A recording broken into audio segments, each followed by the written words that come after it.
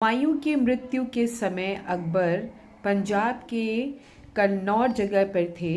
तो उनकी मृत्यु के बाद फिर अकबर का राज्याभिषेक हुआ और 1556 में वो हिंदुस्तान की मुग़ल एम्पायर के तीसरे सुल्तान बने। जिस वक्त अकबर गद्दी पर बैठे उस वक्त पूरे देश में बहुत ही पॉलिटिकल इंस्टेबिलिटी थी और इनसिक्योरिटी थी, स्पेशली नॉर्थ और नॉर्थ वेस्ट इंडिया में। और अकबर को अपने चारों तरफ से कई दुश्मन शासकों का सामना करना पड़ा। अकबर जो एक ऐसे रूलर्स थे कि जिन्होंने इन सभी मुश्किलों से बहुत ही हिम्मत से सामना किया।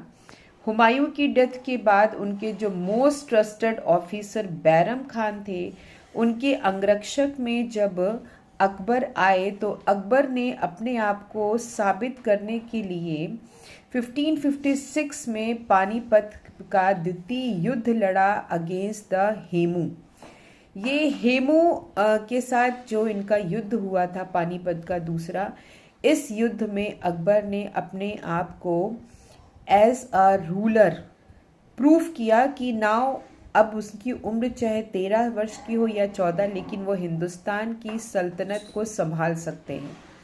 तो अकबर पहले तो बैरम खान के अंगरक्षक में थे, लेकिन उसके बाद उन्होंने बैरम खान की अंगरक्षता को त्याग करके हिंदुस्तान की मुग़ल एम्पायर की कमान को संभाला। सेकेंड बैटल ऑफ जो पानीपत था वो हिंदुस्तान के में बहुत ही स्वर्ण अक्षरों में लिखा गया था, क्योंकि ये जो बैटल था वो chief minister and the general of Afghan ruler Adil Shah के जिनका नाम था हेमू।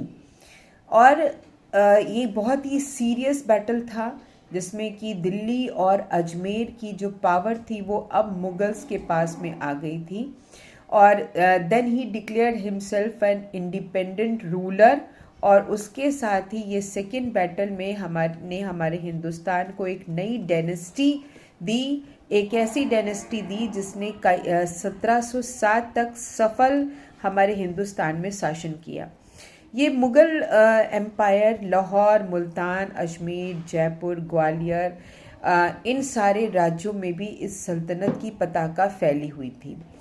अकबर ने 80 इयर्स तक रूल किया और उसके बाद फिर उन्होंने अपना साम्राज्य अपने बेटे यानी कि जहांगीर को सौंप दिया, जो कि जिनका नाम सलीम भी था।